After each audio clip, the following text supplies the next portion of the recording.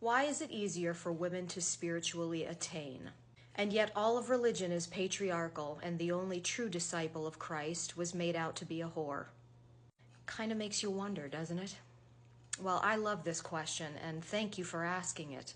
Why is it that women tend to have an easier time accessing the spiritual and maintaining a spiritual awakening than men?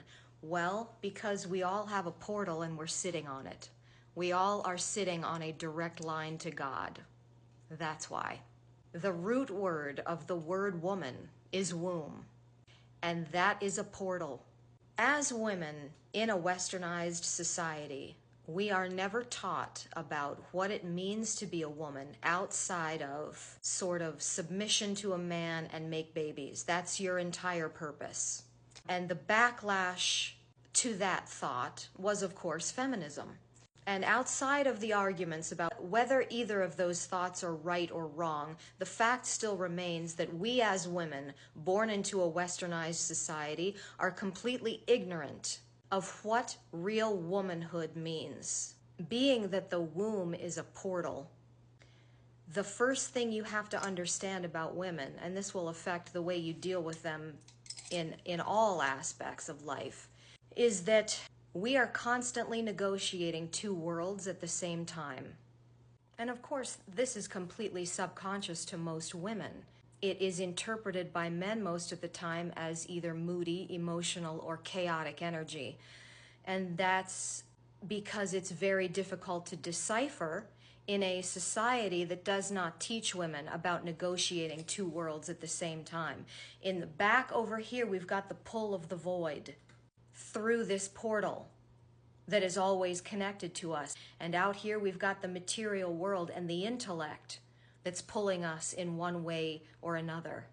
And so we're constantly negotiating the intuition and the intellect. And the more a woman turns away from what the world is telling her about herself, turns toward the inner guru, and is able to listen clearly, not to the outside world and to the intellect, but to the intuition, that is why women have a much easier time with spiritual attainment, because we already have an entree into the void.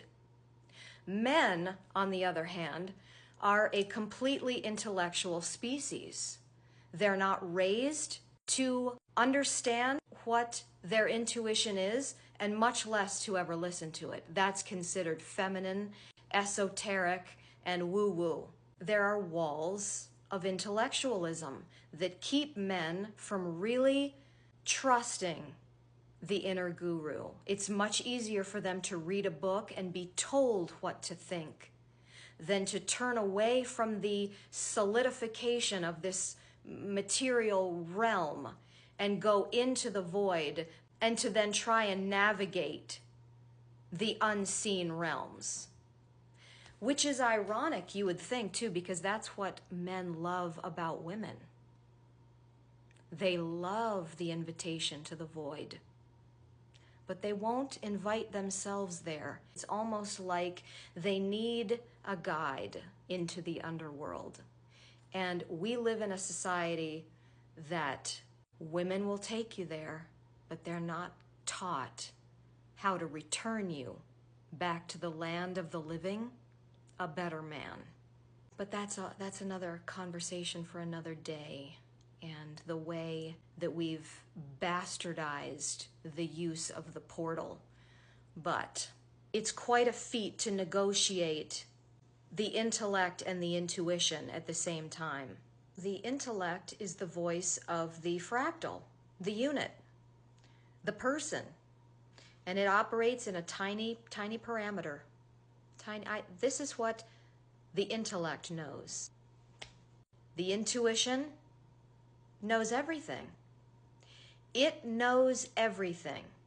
Now, one's capacity to process what the intuition knows, that's a whole different story. Because the unit brain, the receiver, the capacitor up here, can only receive so much.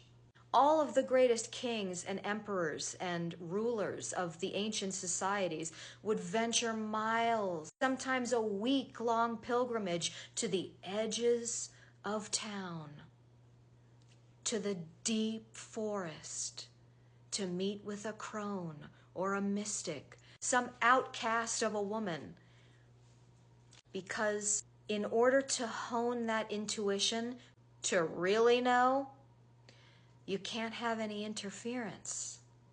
This is why the crones live alone all throughout society. Because they're married to the void. They're married to that other. And they tend to the rituals and the inner needs required for them to keep an open channel. That's a real thing. You have to tend to the channel. Side note here for the women, if this is your path, if you know that you are a woman of intuition and nothing is more important to you in this world than your connection to the unseen, you can never be with a man that makes you question that. You can't. If you're not with a man that allows you to properly calibrate your intuition through your interactions with him, it's a no-go.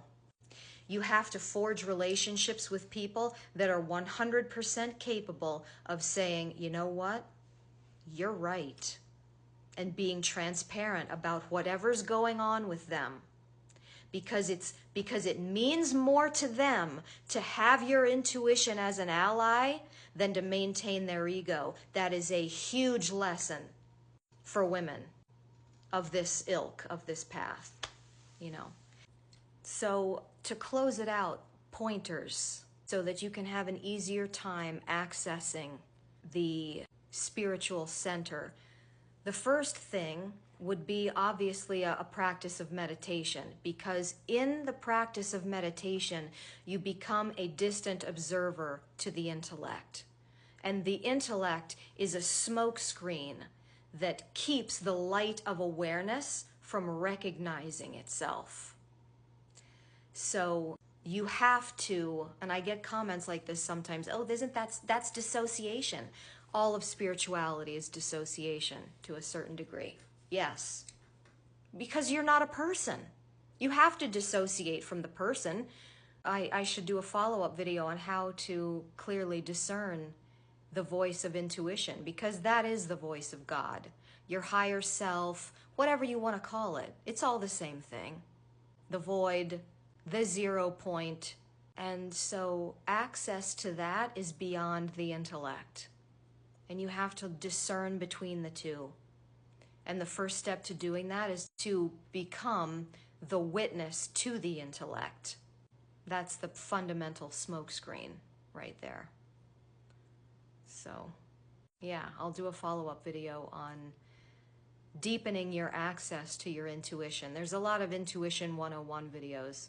I'll hit you with Intuition 201 shortly.